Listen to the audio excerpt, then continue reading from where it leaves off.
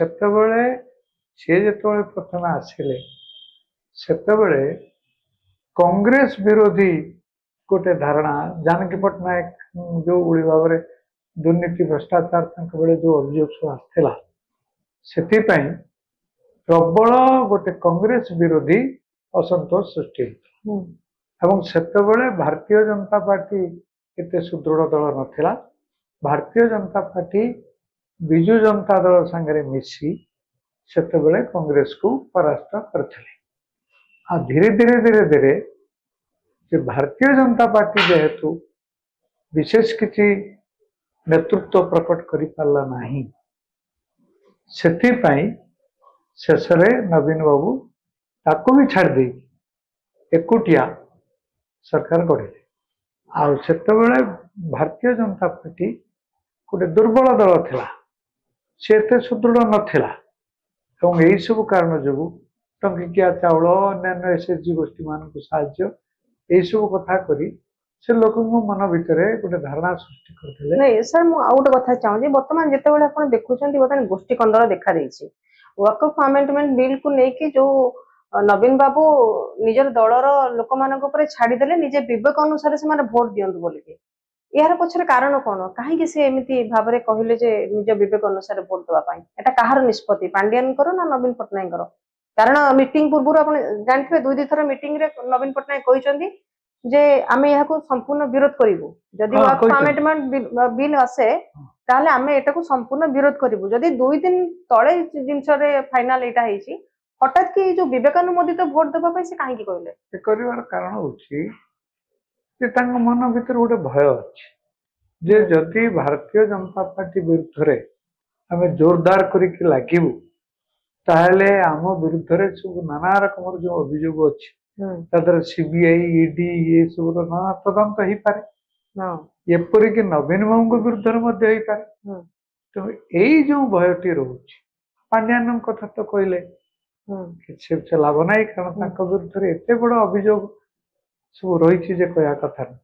ଯଦିଓ ସେ କଲେକ୍ଟର ଯେତେବେଳେ ଥିଲେ, ମୁଁ ଏମପି ଥିଲି, ସେତେବେଳେ ସେ ଜଣେ ଅନେଷ୍ଟ ଲୋକ ବୋଲି ଗୋଟେ ଧାରଣା ସୃଷ୍ଟି ପରବର୍ତ୍ତୀ କାଳରେ କାହିଁକି ତାଙ୍କର ମତିଗତିରେ ପରିବର୍ତ୍ତନ ହେଲା ମୁଁ କିଛି ବୁଝିପାରୁନି। କିନ୍ତୁ ସିଏ ପାଣ୍ଡିଆନ ପ୍ରଥମେ, ମୁଁ ଯେତେବେଳେ ଏମପି ଥିଲି ସେ ମୟୂରଭଞ୍ଜର କଲେକ୍ଟର ଥିଲେ, ତେଣୁ ସେତେବେଳେ ତାଙ୍କର ସପକ୍ଷରେ ଗୋଟେ ବାତାବରଣ ଥିଲା ଏବଂ ସେଇଥିପାଇଁ ନବୀନ ବାବୁ ତାଙ୍କୁ ନେଇ ଗଞ୍ଜାମର କଲେକ୍ଟର କଲେ। ଗଞ୍ଜାମଟା ତାଙ୍କ ଜିଲ୍ଲା ତ ସେଠି ନେଇକି ତାଙ୍କୁ କଲେକ୍ଟର କଲେ। କିନ୍ତୁ ପରବର୍ତ୍ତୀ କାଳରେ କ୍ଷମତା ଯେମିତି ମଣିଷକୁ ନଷ୍ଟ କରେ, ସେ କ୍ଷମତା ଅତ୍ୟଧିକ ପାୱାର କରପ୍ଟସ୍ ଆଣ୍ଡ ଆବସଲ୍ୟୁଟ ପାୱାର କରପ୍ଟସ୍ ଆବସଲ୍ୟୁଟଲି, ଏଇ ଯୋଉ କଥାଟି କୁହାଯାଇଛି ସେଟା ପାଣ୍ଡିଆନଙ୍କ କ୍ଷେତ୍ରରେ ଲାଗୁ ହେଇଛି।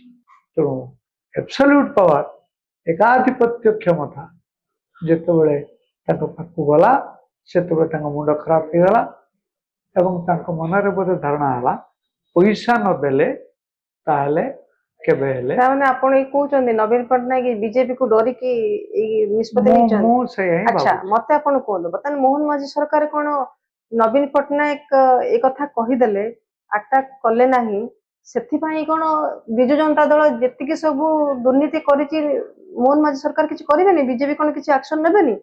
ଅନେକ ସମୟରେ ଭାରତୀୟ ଜନତା ପାର୍ଟିର ଗୋଟେ ଧାରଣା ଯେ ସେମାନେ ତ ହାରିଗଲେଣି, ପୁଣି ତାଙ୍କ ବିରୁଦ୍ଧରେ ଲାଗିକି ତାଙ୍କୁ ଗିରଫ କଲା ମାନେ ବରଂ ସେ ଉଠିବେ।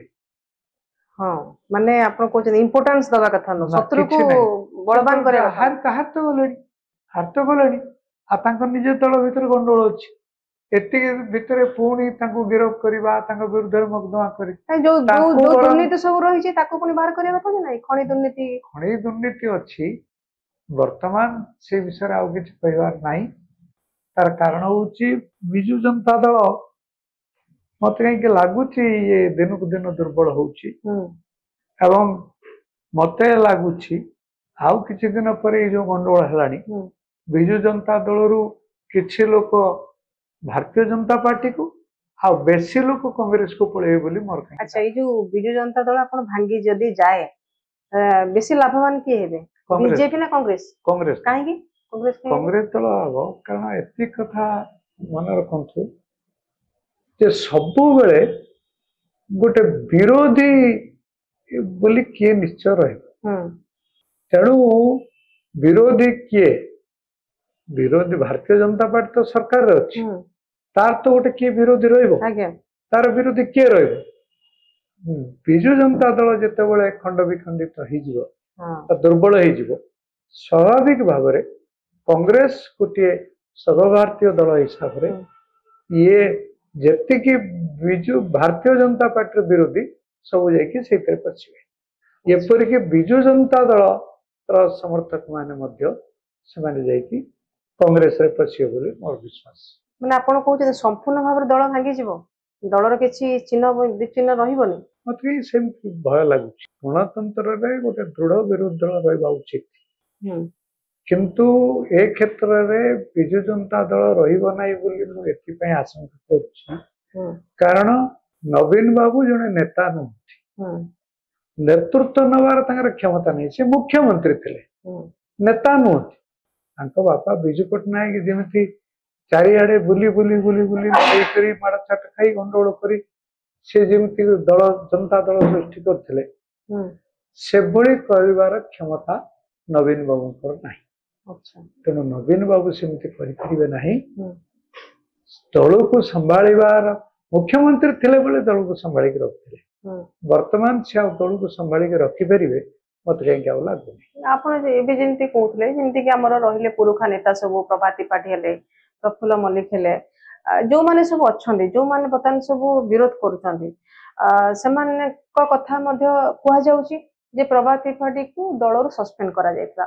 କିନ୍ତୁ ଆପଣ ଦେଖୁଛନ୍ତି ପାଣ୍ଡିଆନଙ୍କର ଗୋଟେ ଭିଡିଓ ଭାଇରାଲ ହେଉଛି, ଯୋଉ ଭିଡିଓରେ ସେ କହିଛନ୍ତି ବହୁତ ସାହାଯ୍ୟ କରୁଛନ୍ତି ପ୍ରଭାତ ତ୍ରିପାଠୀ।